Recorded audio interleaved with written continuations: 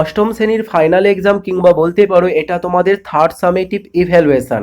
তো এই ভিডিওতে বাংলা বিষয়ের নমুনা প্রশ্নপত্র উত্তর সহ আলোচনা হবে, দেখতে থাকো। এই পরীক্ষাটা তোমাদের হবে 70 নাম্বারের। কেমন? একের দাগে বলেছে নিচের প্রশ্নগুলির এক কথায় উত্তর লেখো যে কোনো 10টি এবং প্রত্যেকটা সঠিক উত্তরের জন্য থাকছে 1 নাম্বার। প্রথম প্রশ্ন, তিনি স্কটল্যান্ড দেশীয় লোক, তিনি বলতে কার কথা বোঝানো হয়েছে? তো এখানে তিনি বলতে দেখো প্রশ্নোক্ত উদ্ধৃতিটি তিনি বলতে শিবনাথ শাস্ত্রী রচিত ভালোবাসা কি বৃথা যায় শীর্ষক রচনার উল্লিখিত বিশিষ্ট শিক্ষানুরাগী মহাত্মা গান্ধী বা রাজা রামমোহন রায়ের সুহৃদয় ডেভিড হেয়ার সাহেবের কথা বলা হয়েছে। পরবর্তী প্রশ্ন, দ্য ওয়েভি ব্লুজ কথাটি বা কাব্যটি কার লেখা? তো এই কাব্যটা হচ্ছে দেখো ল্যাংস্টন হিউজের লেখা। কেমন? উপরের এগুলো না লিখলেও হবে, তোমরা সংক্ষেপে লিখে দিতে পারো ল্যাংস্টন হিউজের লেখা। পরবর্তী প্রশ্ন, মাতঙ্গিনী মেতেছে আজ, মাতঙ্গিনী কথাটির অর্থ কি? এর অর্থ হবে দেখো মাতঙ্গিনী কথাটির আভিধানিক অর্থ হস্তিনী বা দশ মহাবিদ্যার একটি রূপ। এখানে কবি স্বদেশ মাতৃকার মত্ত রূপ চিত্রণে মাতঙ্গিনী শব্দটি ব্যবহার করেছেন। পরবর্তী প্রশ্ন, রঞ্জন ইতস্তত করে, ইতস্তত শব্দটি সন্ধি বিচ্ছেদ করলে কি হবে? তো দেখো ইত যুক্ত তত। পরবর্তী বলেছে শেক্সপিয়র প্লট নির্বাচনের মতো শেক্সপিয়র কে? এখানে উত্তরটা হচ্ছে উইলিয়াম শেক্সপিয়র, যেটা দেখতে পাচ্ছ জন্ম এবং মৃত্যু সাল দেওয়া আছে। ইংরাজি সাহিত্য সর্বকালের সর্বজন বন্দিত কবি ও নাট্যকার। পরবর্তী প্রশ্ন, তাদের মধ্যে সবচেয়ে ডানপিটে বলতে কার কথা বোঝানো হয়েছে? উত্তর, তামিম সাহিত্যিক সুন্দর রাম স্বামীর লেখা টিকিটের অ্যালবাম থেকে নেওয়া প্রশ্নোক্ত অংশটিতে সবচেয়ে ডানপিটে বলতে পার্বতীর কথা বোঝানো হয়েছে। পরবর্তী প্রশ্ন দেখো বলা হচ্ছে সুভাষ মুখোপাধ্যায়ের লেখা যে কোনো একটি কাব্যগ্রন্থের নাম লেখো। তো এর উত্তর হিসাবে পদাতিক, যেটা 1918 সালে প্রকাশিত হয়। পরবর্তী দেখতে পাচ্ছ মার্টিরডম শব্দটির অর্থ কি? না, এর অর্থ হবে যে শহীদের অবস্থা, মৃত্যু বা যন্ত্রণা, তবে লেখকের কাছে এর অর্থ একটা আদর্শ হতে পারে মাত্র। পরবর্তী প্রশ্ন, মনে রে তাই কহ যে, কবি মনকে কি বলার কথা বলেছে? উত্তর, মনে রে তাই কহ যে এই উদ্ধৃতিটি বিশ্বকবি রবীন্দ্রনাথ ঠাকুরের লেখা খনিকা কাব্যগ্রন্থের অন্তর্গত বোঝাপড়া কবিতার অংশ। ভবিষ্যৎ দ্রষ্টা কবি মনকে বলতে চেয়েছে বা বলতে বলেছেন যে জীবনে চলার পথে ভালো মন্দ যেটাই আসুক না কেন সহজেই তাকে স্বীকার করে নিতে হবে। পরবর্তী প্রশ্ন, তিনি 3বার করিয়া গোয়াল ঘরে যাইতো, 3বার করিয়া গোয়াল ঘরে যাইতো, এখানে গোয়াল ঘরে যাবার কথা বলা হয়েছে। তো এখানে দেখো কার কথা বলা হয়েছে? না, সুভা গল্পে মূক ও বধির বালিকা সুভা অর্থাৎ সুভাষিনী 3বার করে গোয়াল ঘরে যাবার কথা বলা হয়েছে। পরবর্তী প্রশ্ন, সাত ঝামেলা জোটাই, এখানে সাত শব্দটি ব্যবহারের কারণ কি হয়েছে? তো উত্তর, জয় গোস্বামী মাসিভিসি কবিতা থেকে উদ্ধৃত অংশটি জীবিকার উদ্দেশ্যে পাড়ি দেওয়া দরিদ্র কঠোর জীবন সংগ্রামী মাসিভিসিদের সঙ্গে রেলবাজারের হোমগার্ডদের নিত্য নতুন সমস্যা তৈরি করার প্রসঙ্গে সাত শব্দটি ব্যবহৃত করা হয়েছে। পরবর্তী 2 দাগে দেখো নিচের যে কোনো 4টি প্রশ্নের উত্তর দিতে হবে, প্রত্যেকটা সঠিক উত্তরের জন্য থাকছে 3 নাম্বার। এই প্রশ্নগুলো তোমরা চাইলে স্ক্রিনশট করে নিতে পারো। কেমন? এই প্রশ্নগুলো অবশ্যই তোমরা তৈরি করে নেবে, এগুলোর উত্তর তোমরা টেক্সট বুক থেকে সংগ্রহ করে নেবে।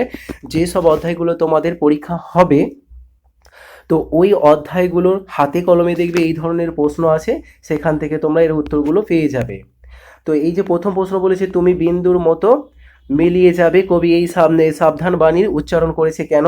স্বাধীনতা একটি শক্তিশালী বীজ প্রবাহ, পংক্তিটির তাৎপর্য বিশ্লেষণ, সুভার সঙ্গে মনুষ্যত্বের প্রাণীর বন্ধুত্ব কেমন ছিল তা আলোচনা করো বা লেখো। পরবর্তী বলেছে লোকমান্য তিলক কারাবাসকালে গীতার আলোচনা লেখেন, তিনি তিলক কে এবং গীতা কি? হরিচরণ বাবুকে দেখে তার সম্পর্কিত শ্লোক আমার মনে পড়ে যেত, শ্লোকটা লেখো। এবার দেখো পরবর্তী প্রশ্ন, এখানে বলা হচ্ছে যে নিচের প্রশ্নগুলির উত্তর দাও। এখানে বলেছে যে লোকটা জানলই না, লোকটা কে? তিনি কি জানতে পারেনি? তার জানতে পারার কারণটা কি ছিল? তার না জানতে পারার কারণটা কি ছিল? এই প্রশ্নটা খুবই গুরুত্বপূর্ণ। খুব ভালো করে তোমরা তৈরি করে নেবে। পরবর্তী প্রশ্ন দেখো, ডাকুটার মরণ আর্তনাদ সে শুনতে পেয়েছে, সে বলতে কার কথা বোঝানো হয়েছে। পরে তোমাদের এখানে 4 দাগে বলেছে নিচের যে কোনো দুটি প্রশ্নের উত্তর দাও, প্রত্যেকটার জন্য থাকছে 5 নাম্বার করে। প্রথম প্রশ্ন, মহাবীর কিন্তু চিরদিনই কৃপার পাত্র কর্ণ, কর্ণ কে, তাকে মহাবীর বলা হয়েছে কেন, তিনি কি প্রকৃত কৃপার পাত্র। পরবর্তী বলেছে অপু দুর্গা চড়ুইভাতি আয়োজন সম্পর্কে লেখো। এরপর থাকছে আতুরি বুড়ি সম্পর্কে যা জানো সংক্ষেপে লেখো। এবার দেখো 5 দাগে বলেছে নির্দেশ মতো প্রশ্নগুলির উত্তর দাও। তো এখানে প্রশ্নগুলোর উত্তর দিলে প্রত্যেকটা দেখো নির্দেশ মতো উত্তর দিতে বলেছে। তো ব্যাস বাক্য সমাসের নামে এখানে 4টে প্রশ্ন আছে, 4টি উত্তর দিতে হবে। সন্ধি বিচ্ছেদ দেখতে পাচ্ছ, রান্না, স্বাধীনতা, বজ্রাঘাত, আশ্চর্য ইত্যাদি। এবার দেখো ব্যুৎপত্তি নির্ণয় করতে বলেছে, দর্শন, পাঠক, গাঙ্গেয়, কান্না। ধ্বনি পরিবর্তনে কোন কোন নিয়মে কাজ করে দেখাও, যেমন ধাবন, ডাইকা, ভিখিরি, পিচাস। তো এইগুলোর উত্তর তোমরা দেখো নিচে দেখতে পাবে। এগুলো ব্যাকরণগত প্রশ্ন, তোমাদের এই পরীক্ষাতে ব্যাকরণগত এই ধরনের প্রশ্ন থাকবে। এর জন্য তোমরা যেটা করবে, তোমাদের কাছে যে ভাষা চর্চা বই আছে, তো ওই ভাষা চর্চা বইয়ে তোমরা এই ধরনের ব্যাকরণ জাতীয় প্রশ্নগুলোর উত্তর তৈরি করে নেবে। উপরে তাহলে দেখো 5 দাগের 1, 2, 3, 4 যেসব প্রশ্নগুলো আছে সেগুলোর সমাধান একটু দেখে নেবে। প্রথমে 1 দাগে দেখতে পাচ্ছ এখানে চৌরাস্তা, এখানে চৌ এবং 4 রাস্তার সমাহার দ্বিগু সমাস, তাহলে সমাস নির্ণয় করতে বলেছিল। তারপরটা দীর্ঘ নিঃশ্বাস, তাহলে দীর্ঘ যে নিঃশ্বাস এটা হবে সাধারণ কর্মধারয় সমাস। বজ্রাঘাত, তাহলে বজ্রের দ্বারা আঘাত, এটা হবে করণ তৎপুরুষ সমাস। তারপর বলেছে মারামারি, পরস্পর মেরে মেরে যা যুদ্ধ, সেটা হচ্ছে ব্যতিহার বহুব্রীহি সমাস। এবার দেখো পরবর্তী অর্থাৎ 2 দাগে তোমাদের যেটা বলেছে রান্না, রাথ যুক্ত না, স্বাধীনতা, সহ যুক্ত অধীনতা, বজ্রাঘাত, বজ্রযুক্ত আঘাত, আশ্চর্য আযুক্ত চর্য। এবার তোমাদের যেটা বলেছে 3 দাগে 5-এর 3 নম্বরে কি বলেছে, দর্শন। তো এখানে দেখতে পাচ্ছ চিহ্নগুলো ব্যবহার করা হয়েছে, দৃশ্য যুক্ত অনট এবং হসন্ত আছে, অন এবং সংস্কৃত ধাতু প্রত্যয়জাত কৃদন্ত শব্দ। তোমরা এখানে দেখতে পাচ্ছ, এটা স্ক্রিনশট করে নিতে পারো। পাঠক আছে, ঠিক আছে। এরপর তোমরা দেখো তোমাদের এখানে 3 দাগে কি বলেছিল, যে ব্যুৎপত্তি নির্ণয় করে ব্যুৎপত্তি নির্ণয় করতে হবে। তাহলে 3 দাগে যে ব্যুৎপত্তি নির্ণয়গুলো হয়েছে দেখতে পাচ্ছ এখানে ক্রমান্বয়ে।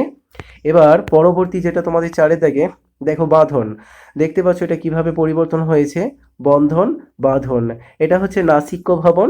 তারপর দেখো ভিখিরি, ভিখারি, ভিখিরি, পরাগত স্বরসঙ্গতি। আর বলেছে ডাইকা, এটা হচ্ছে ডাকিয়া, ডাইকা, অপনিহিতি। পিচাস থেকে পিসাচ, পিচাস, ধ্বনি বিপর্যয়। কেমন? এবার দেখো তোমাদের এখানে পরবর্তী দাগে তোমাদের 6 দাগে কি বলেছে, নিচের যে কোনো একটি বিষয়ে প্রবন্ধ রচনা করো। বলেছে এটা তোমার চোখে তোমার বিদ্যালয়, সাহিত্য পাঠের প্রয়োজনীয়তা আর প্রতিদিনের জীবনে বিজ্ঞান। তো এই যে তোমাদের রচনা, এই রচনাগুলোকে তোমরা অবশ্যই ভালো করে তৈরি করবে। তো যারা এই ভিডিওটা দেখছো, দেখো এই পরীক্ষাতে তোমাদের রচনা অবশ্যই থাকবে। আর এই রচনাগুলোর উত্তর তোমরা তোমাদের ভাষা চর্চা যে বই আছে সেই বইয়ের শেষের দিকে পেয়ে যাবে, সেখান থেকে সংগ্রহ করে নেবে।